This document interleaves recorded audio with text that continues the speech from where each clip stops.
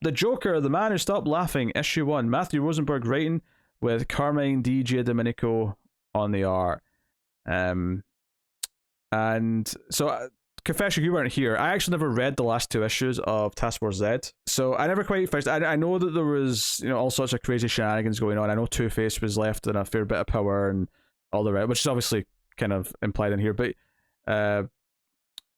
yeah, obviously you have Rosenberg, who's been writing some characters on the Gotham world recently, and it's interesting to see Giandomenico jump over to this after being on The Night. Just yeah, and we saw him on some Batman stuff in the past, very briefly, I think. Maybe one of the crossover things. Yeah. So yeah, I didn't really look into what this book was too much. I'll give it a go based on the creators and see what it is. The hot new Joker book. Yeah. So it starts with Joker kidnaps this mob boss, seemingly, right? We don't get a good look at them. We just sort of get this impression of the people around them at this dinner table that's been body parts have been put in the food, the Joker's in the kitchen, all wacky Joker shenanigans, all that stuff. And then we see him beating them up, and they've all got hoods in their heads. But Two-Face and Riddler and Black Mask show up and basically, look, Joker, no one wants you back in Gotham. Why don't you just go? Just make a. Riddler's got a massive staff now. A massive staff that's is question mark shaped to an extent. It's basically a straight staff with just the curve at the top to give it the. It's got a big hook. Yeah. So they're like the bosses in Gotham now. They want Joker to be gone, and Joker, kind of surprisingly, ultimately agrees. There's kind of a funny moment here. There's a darkly funny moment.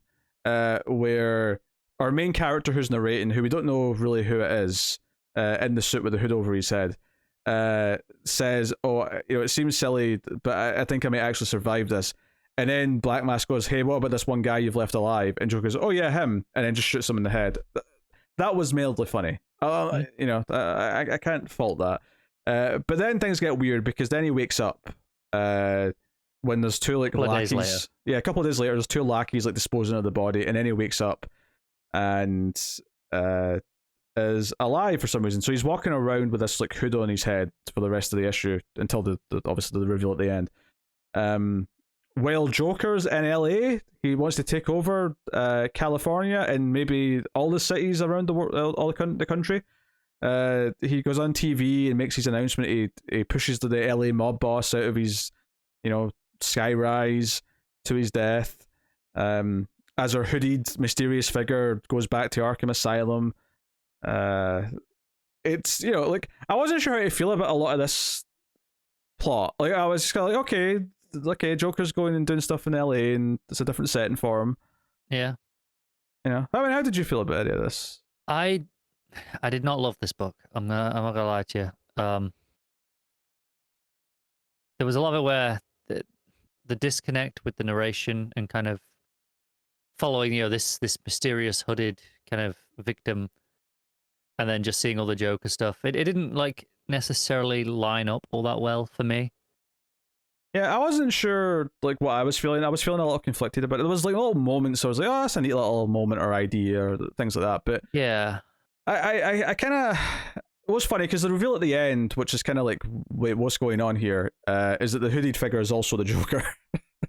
that's the end of the issue. Yeah, is this a secret 3 Jokers sequel?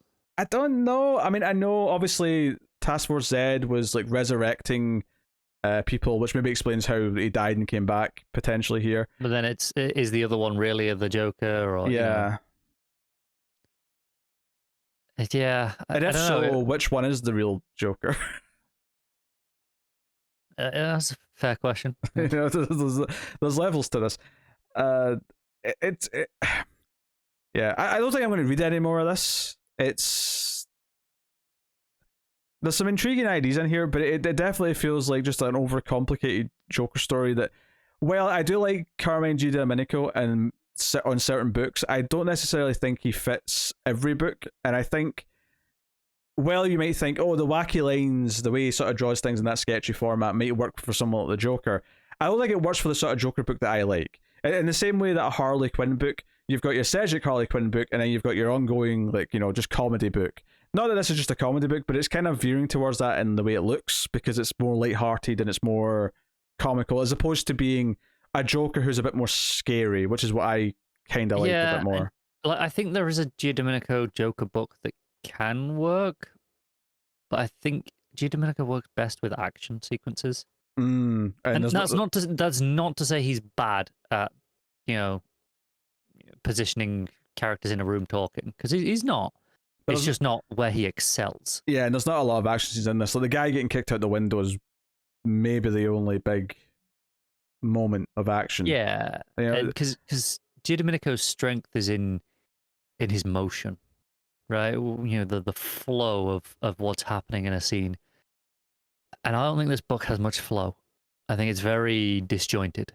Yeah, there's like a montage over 2 pages of like different places in LA or different cities around the country being like attacked by Joker cronies because he's taken over everywhere. And like Harley seen it on the news and stuff like that. And it's a bit weird because it's kind of like if he was taking over like attacks in multiple cities like this, I feel like not only would Batman get involved, I feel like he might even like get like an entire Justice League involved, just stopping all this shit. Yeah. But yeah, the end of the issue is the masked man who turns out to be a Joker like goes into a bathroom and like kills the guy that's in there. And I will say this though, it did explain something that I did have a problem with before, because I did think the narration text, the lettering, was a little too Jokery looking, and it was confusing me early on why the narration wasn't the Joker. And then when you get to the end, it's like, oh, he's also a Joker. I guess that makes sense. Yeah, because it did feel very Jokery as well. There's the bit, I think it's when he wakes up and he talks about the joke of, first thing you got to do is make sure he's dead. You hear the gunshot, which felt like a really Joker thing to reference. Yeah, like this kind of really kind of stupid joke that everyone's heard that's not actually funny, really, because you've heard it so many times. But obviously, the Joker would put some sick twist on it, right? I mean, it would make sense to me that the hooded one's the real Joker and the other one's not, because he leaves Gotham pretty much when he's asked to, and because this whole expanding and being like a crime empire all over the country feels like that's someone else using Joker's like mystique. And he says he's going to clean up cities, right? Yeah. That's his speech. It doesn't feel very Joker. And like I said, I don't know if it's an imposter, if it's supposed to be like a Three Jokers sort of sequel. I don't know quite what's going on there. Right now, I'm leaning towards some other criminal using the Joker's likeness to, take over, and maybe thought he'd get away with killing the Joker, but clearly, Lazarus or whatever has happened. Lazarus just brought him back or something. Yeah, there's always Lazarus juice. Yeah, I don't know, but I wasn't really feeling it all that much either. So much so that even though it was Francavilla on the art, I got to the backup and went, you know what? I don't even want to. I did the same. I was like, I do like Francavilla. I flicked through it just to glance at the Francavilla art because always gorgeous. I did see the ape, the gorilla in like the Superman thing with the Shakespeare collar with a Tommy gun, and I'm like, I kind of want to know what's going on there. But also not enough to read it, like not enough to actually go through it, because I was not feeling the main book, and I think it was just Rosenberg again, right? It was Rosenberg again, yeah. So I was not like really excited to. Yeah, I it's a shame, because like I've liked some of Rosenberg's work. I've liked one or two of the minis that he's done at Marvel as well. But he does seem to very much depend on what characters he's doing, or just what the concept is, really. This feels like a really weird concept and maybe plays out, but I just wasn't necessarily feeling it as I was reading it. I was kind of like, this was the book I read out of all the new books I read this week, which was a bit of a chore. And I wasn't super into Deadly Green either, but I was like, this felt a bit of a chore to get through this one, honestly. Yeah, for me, with time, it came down to this or Gotham City Year One, and obviously my track record with Tom King lately has been not so hot. So I thought I'll give this one a shot instead, thinking maybe maybe I've got more of a chance of enjoying it. Ultimately, I don't know if that's true because I probably would have enjoyed at least the Phil Hester art more than Domenico on this particular book. I think you would have enjoyed the art more. Yeah. Again, we do usually like Domenico, just not necessarily the right script for him here in this issue. No. So there you go. What are you giving Joker, The Man Who Stopped Laughing, issue 1? 3 or 4, which sounds really harsh, but I think it's a below average book.